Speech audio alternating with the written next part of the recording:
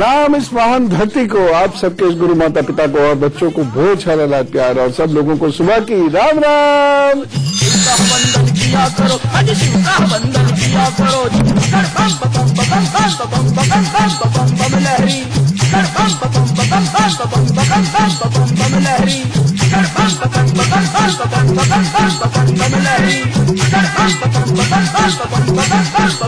लहरी, आज कुल मिलाकर 3 पर्व है। आज देव प्रबोधिनी एकादशी, तुलसी शालिग्राम विवाह और साथ ही भीष्म पंचक है। आज मैं आपको इस एकादशी के महत्व के बारे में बताता हूं और साथ ही कुछ और बातें भी मैं आपको बताता हूं। कुछ लोग संध्या के उपरांत देव उत्थान एकादशी मनाएंगे, रात में मनाएंगे, और सूर्योदय तिथि से कल सूर्योदय के उपरांत भी अन्य लोग मनाएंगे। आपके घर परिवार में जैसा हो आप उस हिसाब से करिएगा। मैं आपको देव उत्थान एकादशी के बारे में बताता हूं। 6:52 तक तो दशमी है, उसके बाद एकादशी प्रारंभ होगी, लेकिन सूर्योदय तिथि 22 तारीख को पड़ेगी।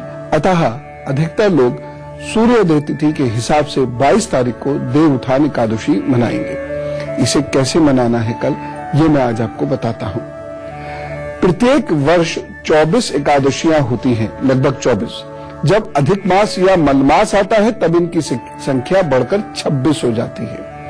दीपावली के बाद आने वाली एकादशी को देवोत्थान एकादशी कहते हैं। इसे देवोत्थान एकादशी भी कहते हैं या प्रबोधिनी एकादशी भी कहा जाता है। देवोत्थान एकादशी कार्तिक शुक्ल पक्ष की एकादशी को कहते हैं।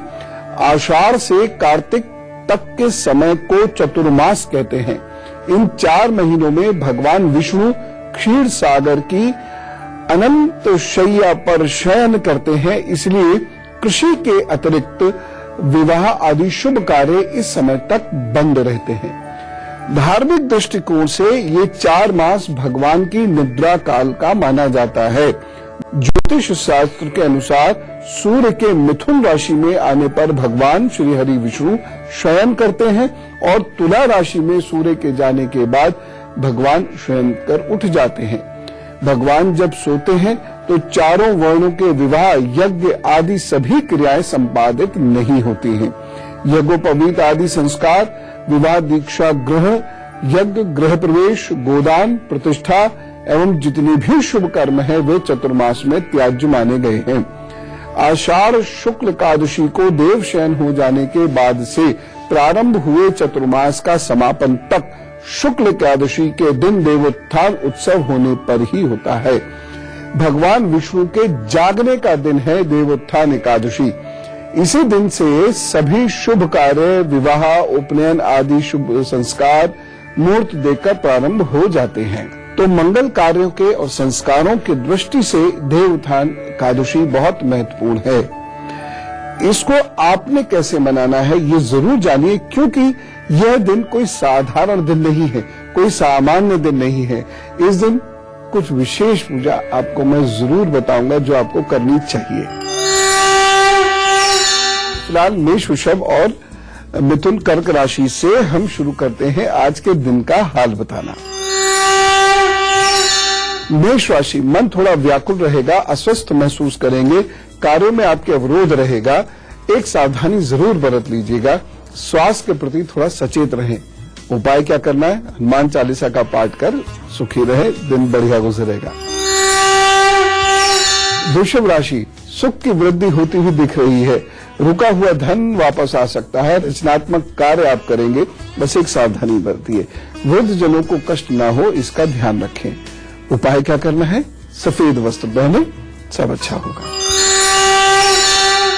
मिथुन राशि, काम काज के तरीकों में सुधार आएंगे तथा व्यवहार में सरलता दिखेगी, कार्य लाभान्वित होंगे और सावधानी जरूर एक आपको बरतनी है, वो कि वाणी में बहुत सौम्यता रखिए।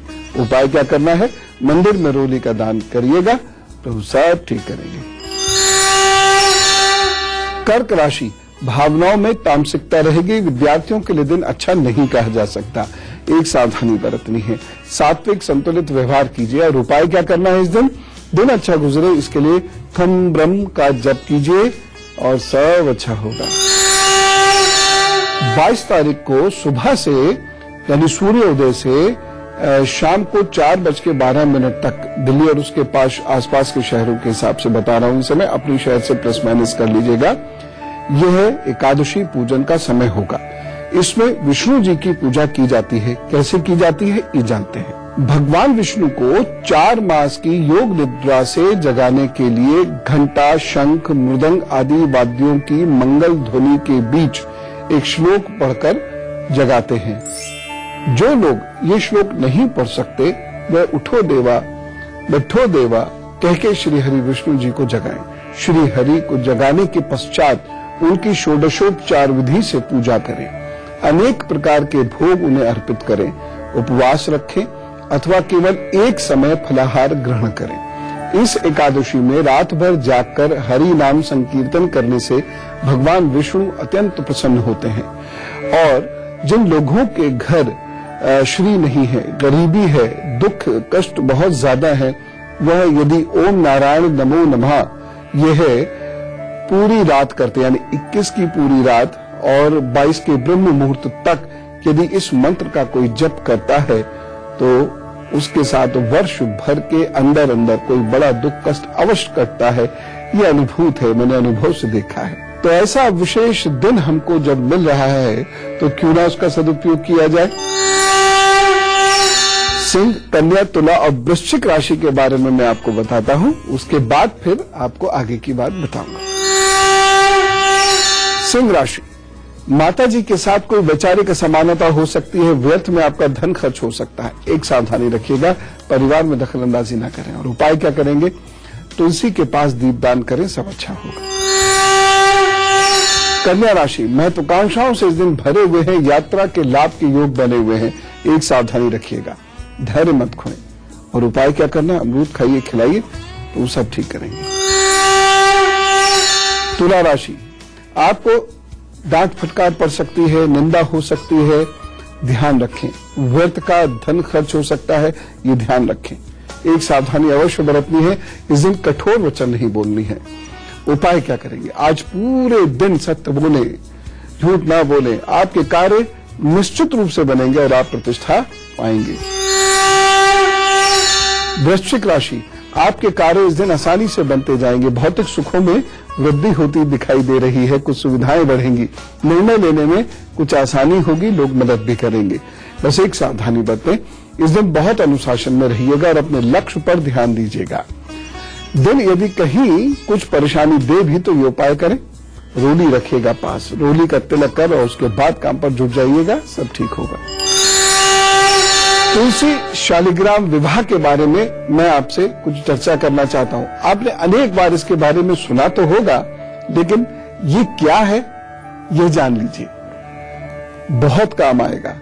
खास तौर से वो कन्याएं जिनका विवाह नहीं हो पा रहा है, वो इस दिन यह विवाह जरूर करके देखें या इस विवाह के दिन कुछ विशेष कार्य अवश्य करें, देखिए लाभ होगा। पद्म पुराण के पौराणिक कथानुसार राजा जालंधर की पत्नी वृंदा के श्राप से भगवान विष्णु पत्थर बन गए, जिस कारणवश प्रभु को शालिग्राम भी कहा जाता है और भक्तगण इस रूप में उनकी पूजा भी करते हैं। इसी श्राप से मुक्ति पाने के लिए भगवान विष्णु को अपने शालिग्राम स्वरूप में तुलसी से विवाह करना पड़ा था और उसी समय से कार्तिक मास के शुक्ल पक्ष की एकादशी को तुलसी विवाह का उत्सव भी मनाया जाता है। श्री हरि को जगाने के पश्चात तुलसी विवाह के लिए तुलसी के पौधे का गमले, तो जो जिस गमले में तुलसी पौधा रखा उसे गेरू आदि से सजाकर उसके चारों ओर गन्ने का मंडप बनाकर उसके ऊपर ओढ़नी या सुहाग की प्रतीक चुनरी उड़ा देते हैं। गमले को साड़ी में लपेटकर तुलसी को चूड़ी पहनाकर उसका श्रृंगार करते हैं। तत्पश्चात तुलसी के पौधे को अर्घ्य देकर शुद्ध घी का दीपक जलाया जाता है। बच्चियों, यदि विवाह में कोई विशेष संकट है, आपकी उम्र बहुत ज्यादा हो रही है, इस बार ये उपाय करके देखिए। 22 तारीख को सुबह से 4:12 के बीच में ये उपाय करें और याद रखें, जो ये उपाय कर रहे हो वो उपवास रखेंगे। कभी ये धार्मिक अनुष्ठान जीवन को बदल देने वाले सिद्ध होते हैं, इसलिए इनका सदुपयोग अवश्य करना चाहिए। तो और क्या हम कर सकते हैं अभी मैं आपको बताऊंगा। फिलहाल धनु, मकर, कुंभ और मीन राशि के बारे में जानते हैं। धनु राशि, आपको परेशानियों का सामना करना पड़ सकता है, जरूरत से ज्यादा खर्च भी आप कर सकते हैं। एक सावधानी बरत लीजिएगा, महत्वपूर्ण निर्णय इस दिन ना लें। उपाय क्या करें? राम रक्षा स्तोत्र का पाठ करके काम पर जुट जाइए, सब ठीक। मकर राशि, आज ज्ञान का दायरा बढ़ाने की आप कोशिश करेंगे, सहपाठियों से आपको लाभ रहेगा। विद्यार्थियों के लिए दिन बहुत अच्छा है, जीवन को बदल सकता है ये दिन। इस दिन बनाए गए नोट्स, की गई पढ़ाई बहुत काम आएगी। एक सावधानी, जीवन साथी के स्वास्थ्य का ख्याल रखिएगा। उपाय, गाय को इस दिन गुड़ खिलाइए, दिन और अच्छा रहेगा। कुंभ राशि, दिन शुभ है, अनुकूलता से भरा हुआ है, लोग आपसे प्रभावित होंगे, प्रतिष्ठा आपकी बढ़ेगी, आपके सोचे गए काम समय पर पूर्ण हो पाएंगे। रुके हुए कामों को आगे बढ़ाइए, बस एक सावधानी बरतें, इस दिन शत्रुओं को नजरअंदाज मत कीजिएगा। उपाय क्या करना है? पालक या बथुए के भोजन को आप स्वयं भी कीजिए, औरों को भी कराइए। मीन राशि, आप आध्यात्मिक रास्ता अपनाएंगे, आज मन बहुत पवित्र आपका होगा, अच्छी बातें आप करेंगे, अच्छे लोगों से आपका मिलना जुलना होगा, आपका तनाव कम होगा, विचारों में बदलाव भी आ सकता है। एक सावधानी रखिएगा, इस दिन नियमों का पालन अच्छे से करें, अन्यथा प्रतिष्ठा की हानि हो सकती है। उपाय क्या करेंगे? तेज तेज चाल से टहलिएगा और स्नान अवश्य कीजिएगा, वो सब ठीक करेंगे। और अब हमें से कुछ लोगों का जन्मदिन है, तो जोरदार तरीके से कहिए, wish U a very happy birthday. आपको आपके जन्मदिन की बहुत सारी शुभकामनाएं। और आगे आगे आने वाले 12 महीनों का हाल मैं आपको बता रहा हूं, यही मेरी ओर से आपके लिए उपहार है, स्वीकार कीजिए। आपके आगे आने वाले 12 महीने अच्छे हैं। विशेष रूप से यदि आप विदेश से संबंधित कुछ कार्य कर रहे हैं या करना चाहते हैं, उसके लिए ये 12 महीने आपके लिए अच्छे सिद्ध होंगे। आप पढ़ाई लिखाई भी कर सकते हैं विदेश में जाकर, और व्यापार आदि भी कर सकते हैं। एक चीज का ध्यान जरूर रखिएगा कि आपकी हेल्थ थोड़ी सी गिरेगी और कल्पनाओं की दुनिया में खोए रहने की वजह से समस्या होगी, और हो सकता है परिवार की जिम्मेदारियों की वजह से आपको उन्नति का कोई रास्ता छोड़ना भी पड़ जाए। लेकिन कुल मिला के ये 12 महीने हैं बहुत अच्छे, तरक्की देने वाले हैं, आपकी प्रतिष्ठा को बढ़ाने वाले हैं, आपके हृदय को परिवर्तित करने वाले सिद्ध होंगे। कोई परेशानी ना आए, इसके लिए ये उपाय अवश्य करें। हर सोमवार को दूध का दान कर दिया करें, और माता जी से चांदी की चेन लेकर आज गले में धारण कर लीजिएगा। साथ ही साथ वर्ष भर अपनी माता का सुबह सुबह अभिवादन कीजिएगा, प्रणाम कीजिएगा, पांव छूइएगा, और उनको दूध अथवा दूध से बनी हुई कोई चीज अपने हाथ से दीजिएगा। यदि आप उनसे दूर रहते हैं तो मानसिक प्रणाम कर लीजिएगा, और फिर अपने काम पर जुटिएगा। प्रभु आपका हर दिन अच्छा करेंगे। All the best. आप सुख दुख बांटते हैं, और यदि आपको कुछ पूछना हो तो ये ईमेल आईडी जरूर याद रखिएगा, goodluckguru@itvnetwork.com। मेरे प्रभु से प्रार्थना है, जैसी आपकी समस्या है उसका समाधान वो तुरंत कर दें, और ऐसा हो सकता है। ओम।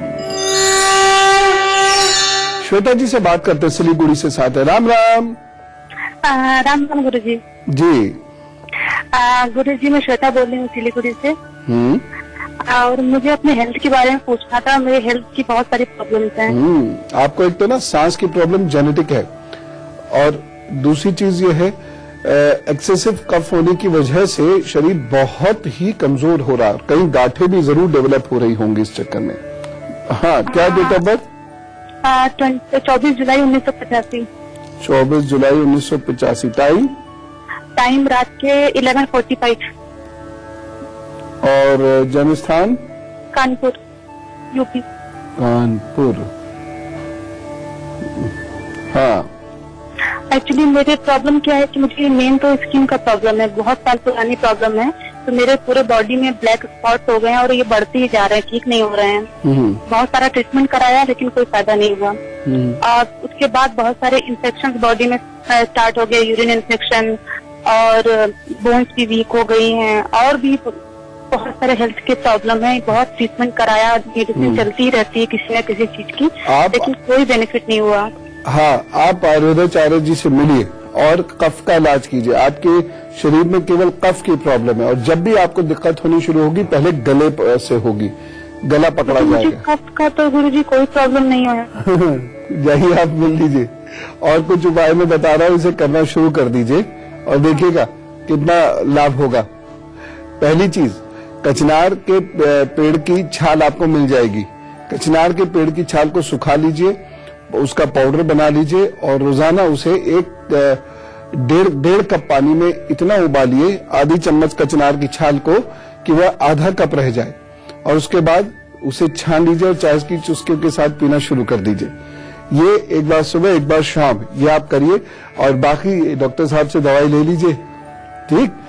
वो नाड़ी देख के दे देंगे दवाई, ऐसे वाले आयुर्वेदाचार्य से मिलेगा जो नाड़ी देख के पहचान जाते हैं और फिर आप धीरे धीरे ठीक होना शुरू हो जाएंगे। बहुत सारी चीजें हमें बाहर से नहीं दिखती, जरूरी नहीं है नाक सुड़सुड़ाए तभी हम कफ कहें, ठीक है ना, या बहुत जोर से खांसी आए तभी हम कफ कहें। बहुत सारी चीजें होती हैं जो शरीर में हमारा कॉम्बिनेशन होता है वात पित्त कफ का, वो बिगड़ना शुरू होता है, तो वह उसको ठीक करेंगे और आप देख ही रही, अच्छा आश्चर्यजनक रूप से आप ठीक होना शुरू भी हो जाएंगे। अब जो मैंने बताया ये कीजिए। दूसरी चीज, तांबे के जल में तांबे के पात्र में ही जल पिए। और तीसरी चीज ये है कि आपको सुबह सूर्योदय के समय के सूर्य के सामने लगभग 1 घंटा बैठना है और ओम खकोनकाय स्वाहा करके आपने यज्ञ करना है 108 बार। ओम खकोनकाय स्वाहा आप साल भर भी यदि ये कर गई तो ये तय आप ठीक हो जाएंगी। और अब गुरु मंत्र श्री गणेश सहित सभी देवी देवताओं का विधिवत पूजन कीजिएगा और श्री तुलसी एवं शालिग्राम जी का षोडशोर विधि से जो 16 उपचार जिसे कहते हैं उस विधि से पूजा कीजिएगा। पूजा के करते समय तुलसी नमः का जप अवश्य कीजिएगा और उन्हें भोग भी अर्पित कीजिएगा। इसके बाद एक नारियल दक्षिणा के साथ टीका रूप में जरूर रखिएगा। भगवान शालिग्राम की मूर्ति का सिंहासन हाथ में लेकर तुलसी जी की 7 परिक्रमा कराइएगा। जैसे विवाह में जो सभी रीति रिवाज होते हैं उसी प्रकार तुलसी विवाह के भी सभी कार्य किए जाते हैं। आप इसे अपने आप भी कर सकते हैं, घर पर भी कर सकते हैं, पुरोहित जी से भी करा सकते हैं, जिसकी जैसी सुविधा हो। विवाह से संबंधित मंगल गीत भी गाए जाते हैं। आरती के पश्चात विवाह उत्सव पूर्ण हो जाता है। इससे बहुत लाभ मिलते हैं। देवोत्थान एकादशी के दिन भक्त श्रद्धा के साथ जो कुछ भी जप तप स्नान दान हवन करते हैं वह सब अक्षय फलदायक सिद्ध होता है। हरि प्रबोधिनी एकादशी का व्रत करने से 1000 अश्वमेध यज्ञ तथा 100 राजसूय यज्ञ का फल मिलता है, ऐसा कहा जाता है। तुलसी विवाह संपन्न करने वालों के इस जन्म के साथ साथ पूर्व जन्म के भी पाप मिटने लगते हैं और उसे पुण्य की प्राप्ति होती है, ऐसा कहा जाता है। जिन दंपतियों के संतान नहीं होती वह जीवन में एक बार तुलसी का विवाह करके कन्यादान का पुण्य अवश्य प्राप्त करें। तुलसी विवाह करने से कन्यादान के समान पुण्य फल की भी प्राप्ति होती है और बहुत भाग्यशाली होते हैं वे लोग जिनको जीवन में कन्यादान करने का अवसर मिलता है। मैं इसे एक बहुत बड़ा उपाय भी मानता हूं, दायित्व भी मानता हूं और ये पुण्य भी मानता हूं कि जीवन में यदि दुर्भाग्य से घर में कन्या नहीं भी है तब भी कन्यादान अवश्य करना चाहिए। ये बिरले सौभाग्यशाली लोगों को ही नसीब होता है। तो मैंने आपको कुछ चीजें बताई। तो देवोत्थान एकादशी सूर्योदय तिथि के उपरांत कल शुरू होगी और शाम को 4:12 तक रहेगी। इतने बीच में ये सारी पूजाएं आप करिए, पुण्य का लाभ लीजिए, अपने रुके हुए मांगलिक कार्यों को भी पूर्ण करने का एक उपाय कर लीजिएगा और ईश्वर ने चाहा तो आपके घर में वर्षांत यानी वर्ष भर के अंदर 12 महीनों के अंदर अंदर कोई ना कोई मांगलिक कार्य अवश्य हो जाएगा। चलो आप खूब खुश रहे, भगवान विष्णु की श्री हरि की आप पर बहुत कृपा हो। राम राम, नमस्कार।